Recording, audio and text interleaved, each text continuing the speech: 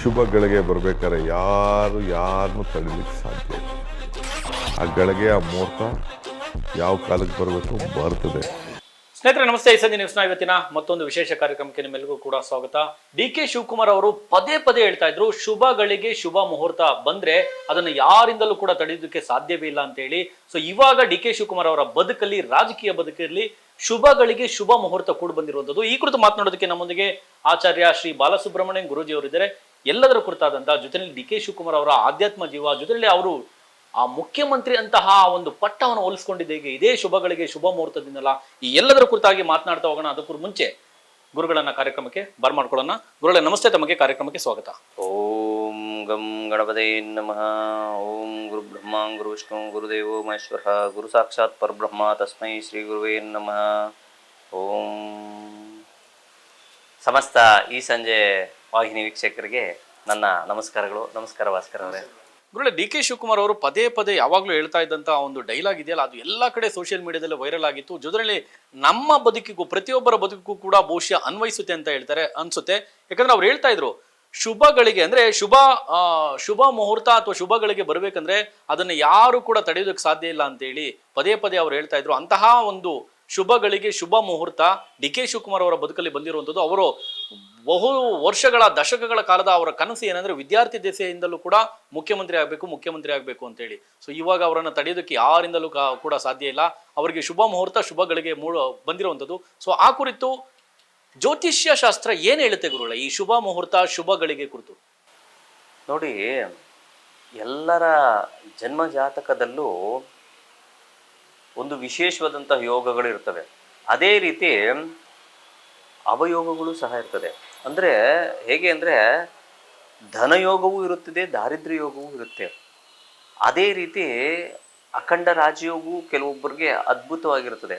ಇಂಥವೆಲ್ಲ ಕಾಲ ಕೂಡಿ ಬಂದಾಗ, ಅದರಲ್ಲೂ ತಮ್ಮ ಒಂದು ಯಾವ ಒಂದು ಜನ್ಮ ಜಾತಕದಲ್ಲಿ ಯಾವ ಒಂದು ದಶಾ ಭುಕ್ತಿ, ಅಂತರ್ಭುಕ್ತಿ ಆಗಿರ್ಬೋದು, ಅದೇ ರೀತಿ ಗೋಚಾರ ಫಲವೂ ಸಹ ನಿರ್ಣಯ ಮಾಡುತ್ತೆ. ನಾವು ಮಾಡುವಂತಹ ಕರ್ಮವು ಮತ್ತು ನಾವು ಪೂಜಾ ಫಲವೂ ಸಹ, ಇದಕ್ಕೆಲ್ಲವೂ ಸಹ ಗಣನೆಯಾಗಿ ನಂತರ ನಮ್ಮ ಒಂದು ಸಾಧನೆಯನ್ನು ತೋರಿಸುವಂತಹ ಸಂದರ್ಭ ಅಂತ ಹೇಳ್ಬೋದು ಇದನ್ನ.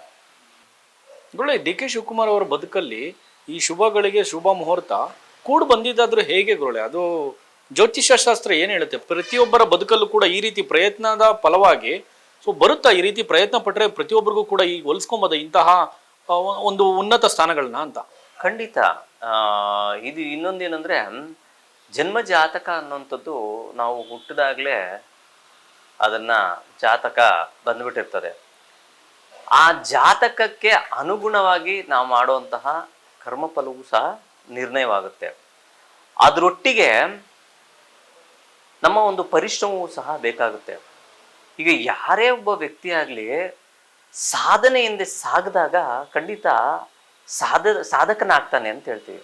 ಆ ಸಾಧಕನಿಗೆ ವೇದಿಕೆ ಅನ್ನುವಂಥದ್ದು ಸಿಕ್ಕೇ ಸಿಗುತ್ತೆ. ಯಾವುದೇ ಒಂದು ವಿಚಾರದಲ್ಲಿ ತೆಗೆದುಕೊಳ್ಳಿ, ಯಾರೇ ಆಗಲಿ ಅವರ ಒಂದು ಸಾಧನೆ ಮಾಡಿದ್ದು ಒಂದಲ್ಲ ಒಂದು ದಿವಸ ವೇದಿಕೆ ಅನ್ನೋದು ಸಿಗಲೇಬೇಕು. ನೀವು ಯಾವುದರ ಹಿಂದೆ ಹೋಗ್ತಿರೋ, ಒಬ್ಬ ವಿದ್ಯಾರ್ಥಿ ವಿದ್ಯೆ ಹಿಂದೆ ಹೋದಾಗ ವಿದ್ಯೆ ಹೆಚ್ಚಾಗಿ ಬರುತ್ತೆ ಅಂತ ಹೇಳ್ತೀವಿ. ಒಬ್ಬ ಕ್ರಿಕೆಟರ್ ಪ್ರತಿನಿತ್ಯ ಪ್ರಾಕ್ಟೀಸ್ ಮಾಡಿ ಅವನು ಒಳ್ಳೆ ಕ್ರಿಕೆಟರ್ ಆಗ್ತಾನೆ. ಇದನ್ನ ಏನು ಹೇಳ್ತದೆ? ಇದು ಪ್ರಾಕ್ಟಿಕಲಿ ಸಹ ನಾವು ಯಾವುದರಿಂದ ಹೋಗ್ತೀವಿ? ಇಲ್ಲ, ನಾನು ಹಿಂಗೆ ಜ್ಯೋತಿಷ್ಯದಿಂದ ಹೋಗ್ತೀನಿ, ನಾನು ಜ್ಯೋತಿಷ್ಯದ ರೀತಿಯಲ್ಲಿ ಒಂದು ಜೀವನದಲ್ಲಿ ಎಲ್ಲ ವಿಚಾರವನ್ನು ಜ್ಯೋತಿಷ್ಯ ರಂಗದಲ್ಲಿ ನಾನು ಮೇಲೆ ಸಾಧಿಸಬೇಕು ಅನ್ನೋ ಒಂದು ನಿಟ್ಟಿನಲ್ಲಿ ನಾನು ಪ್ರಯತ್ನ ಮಾಡಿ ಅದಕ್ಕೆ ಸಾಕಷ್ಟು ಸಂಶೋಧನೆ ಮಾಡಿ ನಂತರ ಅದಕ್ಕೆ ಬೇಕಾದಂತಹ ವಿಚಾರಗಳನ್ನು ತಿಳ್ಕೊಂಡು ಹೋಗ್ತಾ ಇದ್ರೆ ನಾನು ಜ್ಯೋತಿಷ್ಯ ಆಗ್ತೀನಿ, ನೀವು ಜ್ಯೋತಿಷಿ, ಯಾರು ಬೇಕಾದ್ರೂ ಜ್ಯೋತಿಷಿ ಆಗ್ಬೋದು. ಅದೇ ರೀತಿ ಯಾವ ರಂಗದಲ್ಲಾಗಲಿ ಆ ಒಂದು ತೆಗೆದುಕೊಂಡಂತಹ ಏನು ರಂಗ ಅಂತ ಹೇಳ್ತೀವಿ ಅಲ್ವಾ, ಯಾವುದು ತೆಗೆದುಕೊಳ್ಳುವಂಥ ಸಬ್ಜೆಕ್ಟ್ ಅಂತ ಹೇಳ್ತೀವಿ, ಆ ಸಬ್ಜೆಕ್ಟ್ ನಮ್ಮನ್ನ ಮೇಲ್ ಕರ್ಕೊಂಡು ಹೋಗುತ್ತೆ. ಒಬ್ಬ ಡಾಕ್ಟರ್ ಸುಮ್ಮನೆ ಡಾಕ್ಟರ್ ಆಗಲ್ಲ, ಆ PUC ಆಗಬೇಕು, ಅದರಲ್ಲಿ MBBS ಮಾಡಬೇಕು, ಅದ್ರಲ್ಲಿ ಒಳ್ಳೆ ಆಗಬೇಕು ಅಂದರೆ ತಿರ್ಗಾ ಅದೇ ರೀತಿ ಈಗ PhD ಮಾಡಿರೋರು ಡಾಕ್ಟರ್ ಆಗ್ತಾರೆ, MBBS ಮಾಡಿರೋರು ಆನರರಿ ಡಾಕ್ಟರ್ ಆಗ್ತಾರೆ. ಆದರೆ ವೈದ್ಯಕೀಯ ರಂಗದಲ್ಲಿ ಡಾಕ್ಟರ್ ಆಗಬೇಕು ಅಂದರೆ ಇಷ್ಟೇ ಪರಿಶ್ರಮ ಮಾಡಬೇಕು, ಅದರಲ್ಲಿ ಅಷ್ಟೇ ಒಂದು ಸಾಧನೆ ಮಾಡಿದ್ರೆ ಮಾತ್ರ ಅವರು ಡಾಕ್ಟರ್ ಆಗ್ಲಿಕ್ಕೆ ಸಾಧ್ಯ. ಅದೇ ರೀತಿ ಇವರು ನಾನು ಹಾಕ್ತೀನಿ ಅನ್ನೋ ಒಂದು ನಿಟ್ಟಿನಲ್ಲಿ ಮುಂದೆ ಸಾಕೊಂಡೋದ್ರು.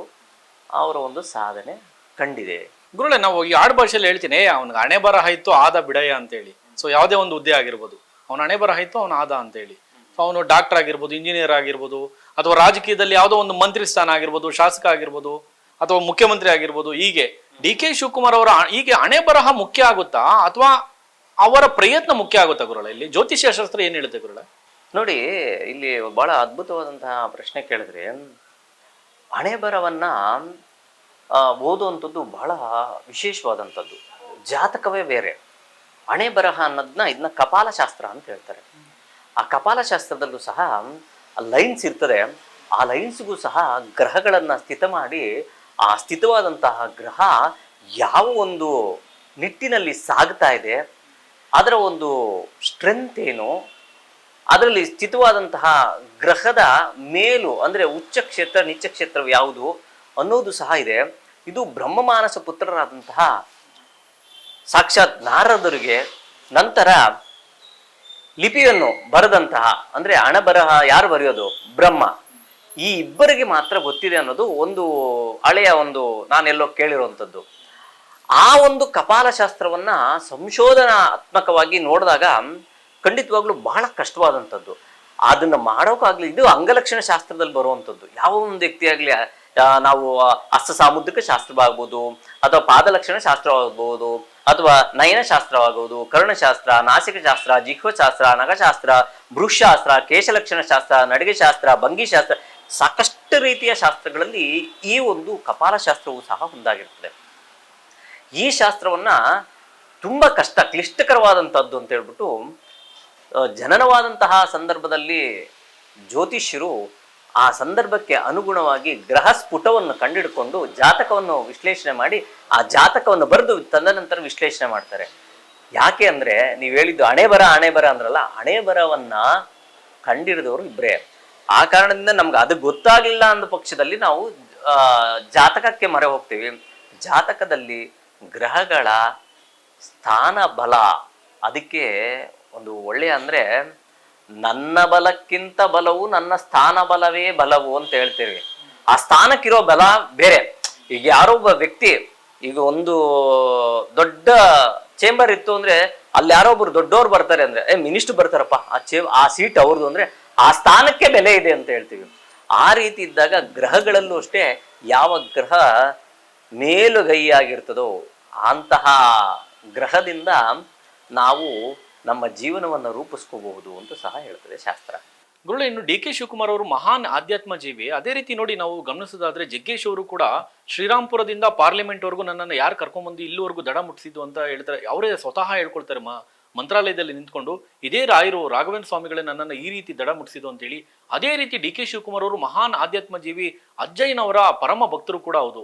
ಹೀಗೆ ಗುರುಸ್ಥಾನದಲ್ಲಿ ಇರ್ತಕ್ಕಂಥ ಗುರುಗಳು, ಅಜ್ಜಯ್ಯನವರಾಗಿರ್ಬೋದು, ರಾಯರಾಗಿರ್ಬೋದು, ಇವರೆಲ್ಲರೂ ಕೂಡ ಈ ರೀತಿ ಉನ್ನತ ಸ್ಥಾನವನ್ನ ಹೇಗೆ ತಲುಪಿಸ್ತಾರೆ ಗುರುಗಳೇ? ಅದು ಹೇಗೆ ಸಾಧ್ಯ ಆ ಗೋಚರ ಶಕ್ತಿಗಳಿಗೆ ಅಂತ?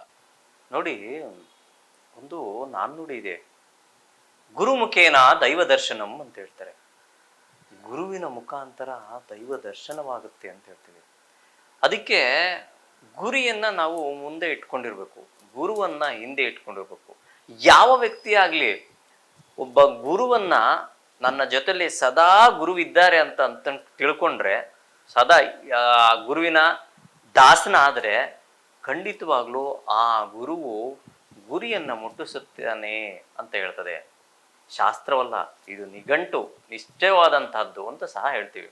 ಆ ಕಾರಣದಿಂದ ಯಾರಿಗೇ ಆಗಲಿ ಒಂದು ಗುರುಗಳು, ಅವ್ರಿಗೊಂದು ಸ್ಥಾನಮಾನ, ಅವ್ರ ಪೂಜನೀಯ ಭಾವನದಿಂದ ನೋಡಿ ಆ ಗುರುಗಳೇ ನನ್ನ ಜೀವನದಲ್ಲಿ ನನ್ನನ್ನು ಮುಂದೆ ಸಾಗಿಸೋದು ಅಂತ ತಿಳ್ಕೊಂತಾರೋ, ಖಂಡಿತವಾಗ್ಲೂ ಆ ಗುರುವಿನ ಶಕ್ತಿ ಯಾವ ವ್ಯಕ್ತಿಗಾದ್ರೂ ಸರಿ ಮುಂದಕ್ಕೆ ಸಾಗಿಸಿ ಗುರುವಿಯನ್ನ ಮುಟ್ಟಿಸ್ತಾರೆ.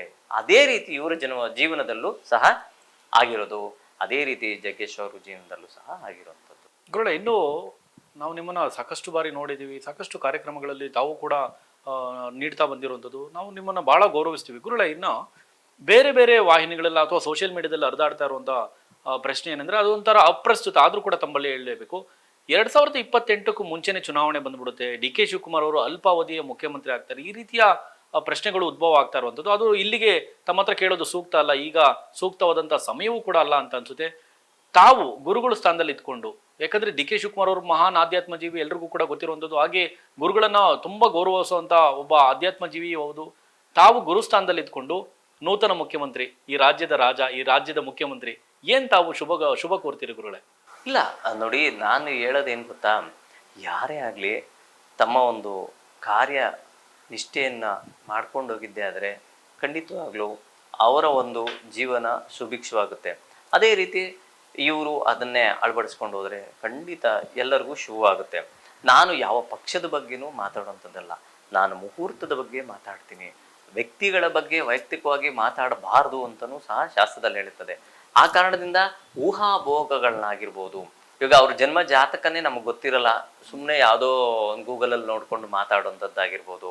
ಅಥವಾ ಮತ್ತೆ ಇನ್ನೊಂದು ಏನಂದ್ರೆ, ಆ ಒಂದು ಚಾನಲಲ್ಲಿ ಮಾತಾಡಿದ್ದಾರೆ, ಈ ಒಂದು ಚಾನಲಲ್ಲಿ ಮಾತಾಡಿದ್ದಾರೆ ಅಂತ ಹೇಳ್ಬಿಟ್ಟು ಆ ವಿಚಾರ ಪ್ರಸ್ತಾಪನೆ ಮಾಡೋ ಬದಲು ಪ್ರಪಂಚದಲ್ಲಿರುವ ಪ್ರಾಣಿ ಪಕ್ಷಿ ಜೀವರಾಶಿ ಸಸ್ಯಚರ ಜಲಚರ ಎಲ್ಲವೂ ಚೆನ್ನಾಗಿರ್ಬೇಕು, ಎಲ್ಲರ ಮನಸ್ಥಿತಿಗಳು ಸಮಾನ ಮನಸ್ಕರಾಗಿರ್ಬೇಕು, ಎಲ್ಲರೂ ಸಮಾನ ಮನಸ್ಕರಾಗಿ ಜೀವನವನ್ನು ಸಾಗಿಸ್ಬೇಕು. ಈ ಒಂದು ನಿಟ್ಟಿನಲ್ಲಿ ಯಾರಿಗೂ ಯಾವುದೇ ರೀತಿಯಾದಂತಹ ಅವಘಡಗಳು ಆಗದೇ ಇರಲಿ. ಭೂಕಂಪಗಳಾಗಿರ್ಬೋದು, ಪ್ರಕೃತಿ ವಿಕೋಪಗಳಾಗಿರ್ಬೋದು, ಇವೆಲ್ಲವೂ ಆಗದಂಗೆ ರಾಜನ ಮನಸ್ಸಿನಲ್ಲಿ ಇದ್ದು ಆ ಸ್ಥಳದಲ್ಲಿ ಕೂತ್ಕೊಂತಾರೋ ಖಂಡಿತವಾಗ್ಲೂ ರಾಜ್ಯ ಸುಭಿಕ್ಷವಾಗುತ್ತೆ ಅಂತ ಹೇಳುತ್ತೆ ಶಾಸ್ತ್ರ. ವೀಕ್ಷಕರ, ಇಷ್ಟೊತ್ತು ಶ್ರೀ ಖ್ಯಾತ ಜ್ಯೋತಿಷಿಗಳಾದಂತಹ ಶ್ರೀ ಬಾಲಸುಬ್ರಹ್ಮಣ್ಯಂ ಗುರೂಜಿ ಅವರು ಸಾಕಷ್ಟು ವಿಚಾರಗಳನ್ನ ನಿಮಗೆ ತಿಳಿಸ್ಕೊಡುವಂತ ಪ್ರಯತ್ನ ಮಾಡಿದ್ರು. ಶುಭ ಗಳಿಗೆ, ಶುಭ ಮುಹೂರ್ತ, ಸಾಕಷ್ಟು ಎಲ್ರಿಗೂ ಉಪಯುಕ್ತವಾಗುವಂತ, ಕೇವಲ ಡಿ ಕೆ ಶಿವಕುಮಾರ್ ಅವರಲ್ಲ, ಸಾಮಾನ್ಯ ಬದುಕು, ಸಾಮಾನ್ಯ ಜನರ ಬದುಕಲ್ಲಿ ನಡೆಯುವಂತ ಶುಭಗಳಿಗೆ, ಶುಭ ಮುಹೂರ್ತದ ಕುರಿತು ವಿಸ್ತೃತವಾಗಿ ತಿಳಿಸ್ಕೊಡುವಂತ ಪ್ರಯತ್ನ ಮಾಡಿದ್ರು. ಇಂತಹದೇ ಲೇಟೆಸ್ಟ್ ಅಪ್ಡೇಟ್ ಸುದ್ದಿಗಳಿಗಾಗಿ ನೋಡ್ತಾ ಇರಿ ಈ ಸಂಜೆ ನ್ಯೂಸ್. ಇದು ಸಮಸ್ತ ಕನ್ನಡಿಗರ ಧ್ವನಿ.